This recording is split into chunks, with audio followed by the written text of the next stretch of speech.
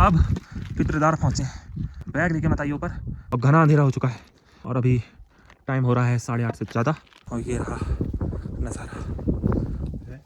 नमस्कार दोस्तों, ये है पनार बुग्याल और आज हम कवर करेंगे पनार बुग्याल से रुद्रनाथ मंदिर तक का रास्ता। फिर आपको दर्शन कराएंगे सुंदर रुद्रनाथ मंदिर के। कुछ बातें जो आगे बढ़ने से पहले जानना ज़रूरी है।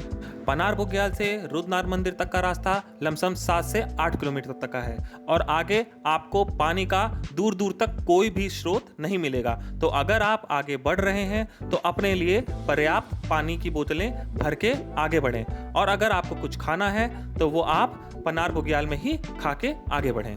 आगे बढ़ते समय आपको पितृद्वार की चोटी भी क्रॉस करनी पड़ेगी जो कि काफ़ी हाइट पे है। वहाँ पर मौसम कभी भी बिगड़ सकता है, तो आप अपनी सेफ्टी को ध्यान में रख के आगे बढ़ें। आप रेनकोट और टॉर्च को लेना ना भूलें। आप लोगों का हो रखा रजिस्ट्रेशन? रुद्रनाथ मंदिर हमारा उत्तराखंड फॉरेस्ट डिपार्टमेंट के अंदर में आता है, तो आपको आगे बढ़ने से पहले 200 रुपये पर पर्सन पे रजिस्ट्रेशन करवाना अनिवार्य है। अगर आपके पास बैग्स ज़्यादा हैं और आप आगे नहीं ले जा पा रहे हैं तो आप फॉरेस्ट डिपार्टमेंट के लोग से बात करके रिक्वेस्ट करके अपना बैग उनके पास रख सकते हैं। हमारे अभिनव जी शायद बाज बनकर हवा में उड़ना चाह रहे थे, लेकिन इनके हाथ लगी सिर्फ नाकामयाबी। शाम के 4:30 बज रहे हैं और हम अभी पितृद्वार तक के सफ़र पर हैं। पितृद्वार यहाँ से लगभग 1.5 किलोमीटर होगा।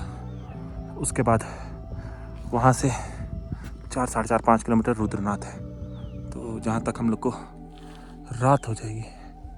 चलिए मिलते हैं, देखते हैं दर्शन कैसे होता है। ये बज रहे हैं 5, अंधेरा हो रहा है धीरे धीरे, बादल हैं और ये रहा नज़ारा। पनार बुग्याल तक आते हुए अगर आपको शाम हो जाती है तो आप अपनी सेफ्टी के लिए आगे का रास्ता तय ना करें, क्योंकि आगे का रास्ता और भी ज़्यादा कठिन है और लाइट पानी की आपको दूर दूर तक कोई भी व्यवस्था नहीं मिलेगी। तो कृपया करके आप पनार बुग्याल में ही स्टे करें और अच्छे मौसम में ही आगे का रास्ता तय करें। शाम के 6 बज रहे हैं और हम लोग अब पितृद्वार पहुँचे। बहुत कठिन है यहाँ तक।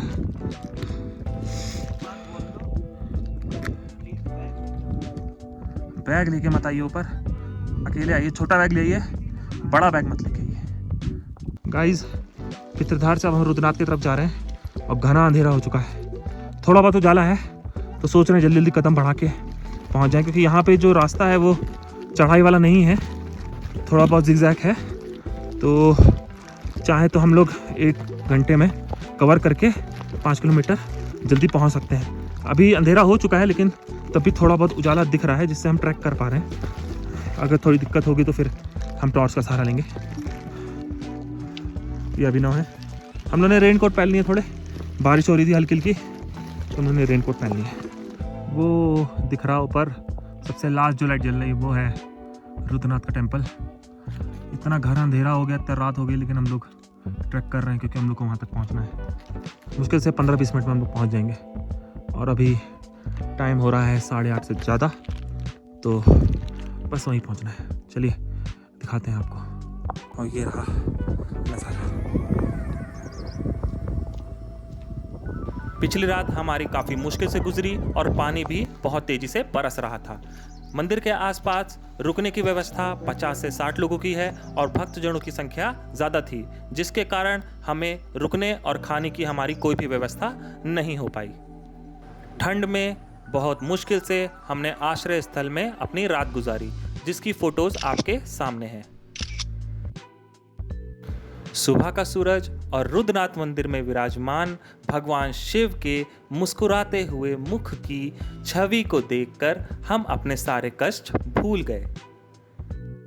कपाट घर में पूजा चल रही थी और बाहर श्रद्धालुओं की भीड़ बढ़ रही थी।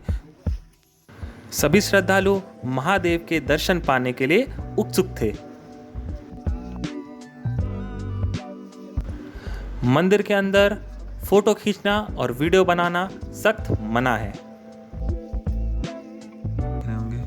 कोई बादल नहीं है और व्यू बिल्कुल साफ दिखाई दे रहा है।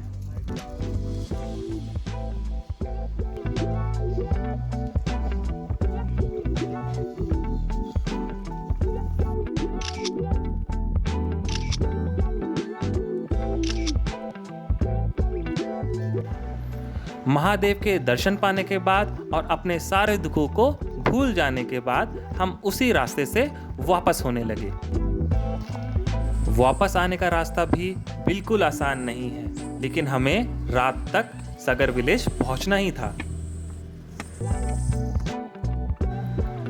रुद्रनाथ ट्रैक इजीली 3 दिन में किया जा सकता है, लेकिन वक्त की कमी के कारण हमने ये ट्रैक 2 दिन में कंप्लीट किया।